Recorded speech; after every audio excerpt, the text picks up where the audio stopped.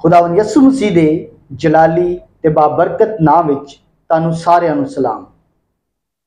मेरा नाम विक्टर गुलजार है ते मेरे नाल पादरी अमजद इम्तियाज साहब ते असीं तुहानूं JCDC production Sunday Bible study program यसू दी जिंदगी विच खुशामदीद कहने हां ते अज पादरी अमजद इम्तियाज साहब सानूं आजमाइश के बारे कलाम सुनाएंगे।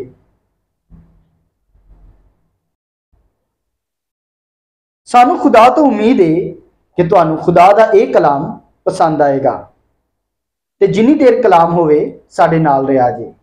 ते हुण दावत है पादरी अमजद इम्तियाज साहब नूं। मसीह यसू दे विच तुहाडी सलामती होवे ते असीं अज खुदा दे कलाम दे विचों याकूब दा आम खत ते उहदे पहले बाब चों असीं पढ़ांगे।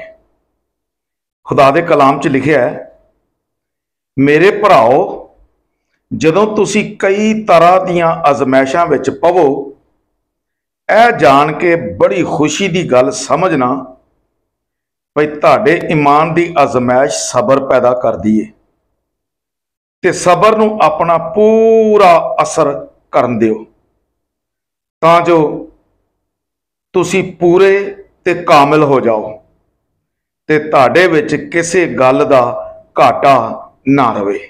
खुदा दे कलाम ते पढ़े ते सुने जान ते उहदी बरकत होवे। अजीजो, ये गल सानू खुदा दा कलाम दसदा है कि असी जदों अजमैश दे विच हुन्ने आ ते सानू खुशी करनी चाहिए है, खुश होना चाहिए इस लई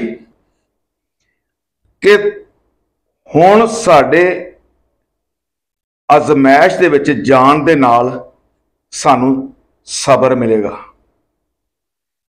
ते सबर जदों पैदा होएगा ते सबर जदों अपना पूरा काम करेगा ते फिर असीं कामल होवांगे। वो कामल जिहदे लई खुदा कहिंदा है, अयूब नूं सर्टिफिकेट दिंदा, सनद दिंदा कि अयूब कामल ते रास्तबाज ते खुदा तो डरदा ते बदी तो दूर रहिंदा सी। इफसियों दे खत च लिखिआ है कि खुदा मुकद्दसां नूं कामल करना चाहता है, चौथे बाब च, यानी ईमानदारां नूं कामल बनाना चाहता है ताकि मुकद्दस लोग कामल बने। खुदा साडे कामल करन लई, सानू कामल करन लई खुदा साडे ते अजमैश आउण दिंदा है। लेकिन जदों इत्थे ही असीं अगे पढ़ रहे हैं तो लिखिआ है कि खुदा याकूब दा खत ते उहदे पहले बाब दे विच ही लिखिआ है कि खुदा किसे नूं नहीं अजमांदा, इस लई कि ना ते खुदा कदे बदी नाल अजमाया जा सकता है ते ना वो किसे नूं अजमांदा है। हाँ, बंदा अपनियां ही ख्वाहिशां विच खिच के ते फस के अजमाया जाता है। इसलिए अजमैश जिहड़ी हुंदी है इंसान दे उत्ते आउंदी है, उहदियां अपनियां ख्वाहिशां ने ते याद रखो, ख्वाहिश जिहड़ी है वो गुनाह नूं जन्म दिंदी है ते इंसान गुनाह चला जाता है ते नाल ही अजमैश हुंदी है। इंसान ते अजमैश अपने कम्मां दी वजह तो होंदी है, उहदी अपनियां गलतियां तो होंदी है, लेकिन खुदा आउण दिंदा है।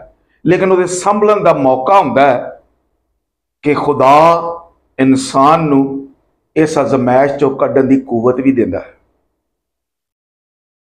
लेकिन असीं दुआर बानी दे विच भी सुणने आ, पढ़दे ने, जिहड़े नहीं पढ़ सकदे वो सुणदे ते है ने। आखिरी हिस्से च खुदावंद कहिंदे ने, जो दुआ सिखांदे ने, कहिंदे ने, हमें आजमाइश में ना ला। ये उर्दू च पढ़िआ है, लेकिन पंजाबी च कहिंदे ने, सानू आजमाइश च ना भेज, सानू आजमाइश च जान तो बचा।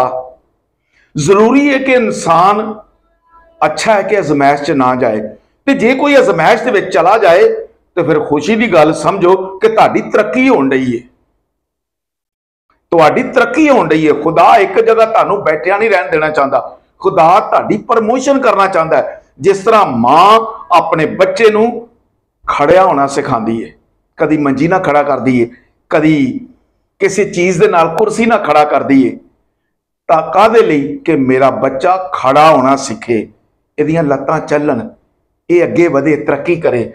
खुदा भी इसे तरह ही साडी तरक्की चाहता है। लेकिन कदी किसी ने बच्चे को नहीं पूछा कि वो तकलीफ होंदी तो रोंदा चलांदा है, लेकिन मां टाइम ते आउंदी है, चुप करांदी है। इस तरह ही खुदा मुसीबत वेले साडे नाल हुंदा है। लेकिन मकाशवा की किताब कहती है, जरा मकाशवा च वेखीए कि खुदा सबर करने वाले दे नाल की कहंदा है। खुदा कहंदा है मकाशवा की किताब उहदे 3 बाब दे विच, ऐस करके भई तू मेरे सबर दे कलाम उत्ते अमल कीता, ऐस लई मैं भी अजमैश दे उस वेले तेरी हिफाजत करांगा जेड़ा जमीन दे रहन वालियां दे आने वाली है ते सारी दुनिया उत्ते आउण वाला है। यह मुसीबत जिहड़ी है ये आंदी है, लेकिन इस मुसीबत चों निकलण लई खुदा ही कुवत देंदा है। खुदा दा कलाम यह भी दसदा है कि ऐसी मुसीबत या ऐसी अजमैश च नहीं आ जान देंदा जिहड़ी इंसान की कुवत तो बाहर है। खुदा उन्हीं को आउण देंदा है, उहदे च ही अजमांदा है। ते याद रखो ये अजमैश साडे ते एक अग दी भट्ठी दा काम करदी है, जिहदे विच साडी सारी गंदगी जाती रहिंदी है। वो गंदगी जिहड़ी रूहानी गंदगी है, ते जदों असीं सबर करने आ ते खुदा सबर पैदा होने की सानू तौफीक भी देंदा है ते सबर भी करांदा है।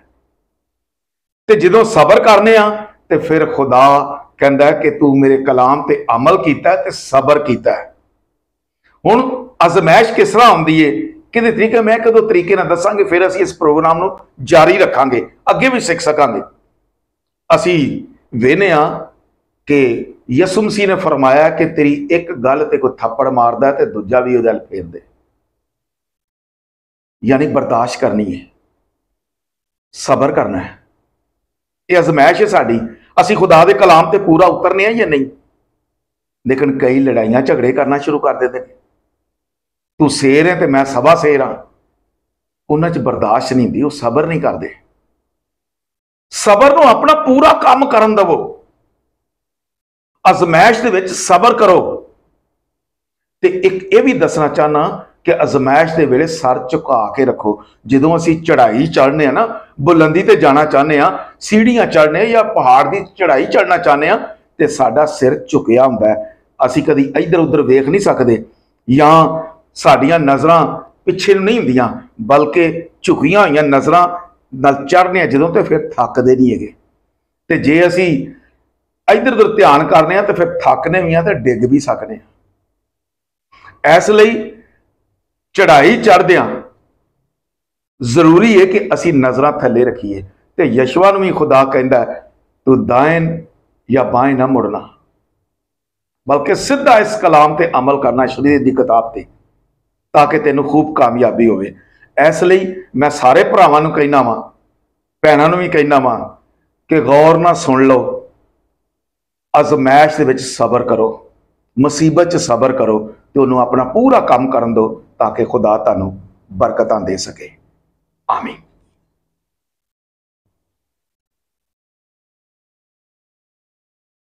मैं यकीन करना कि तुहानू जो खुदा दा कलाम पादरी अमजद इम्तियाज साहब ने सुनाया है पसंद आया होएगा।